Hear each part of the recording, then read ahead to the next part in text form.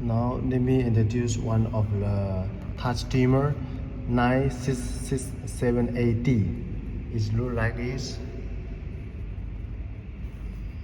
One put with input wire and output wire.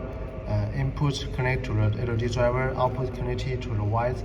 It is connected in the middle of the driver and the light. You see, you need to make a hole of 12 mm. You see, put inside, and the diamond is 14. And you see, after install is like this. You see, touch, short-term touch is on/off, and long-term touch is dimmer.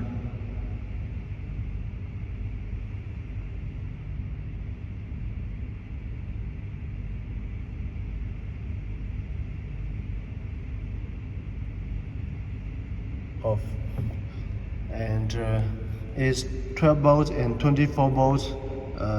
You can use for 12 volt and 24 volt lighting system. So if you use 20 volt system, its output current is 3 amps. So you can use for 36 watts maximum. If you use for 24 volt system, it can carry on 72 watts lighting. This touch dimmer, and normally the finish is iron grain. This color. Iron grain. It is a more popular color in the market.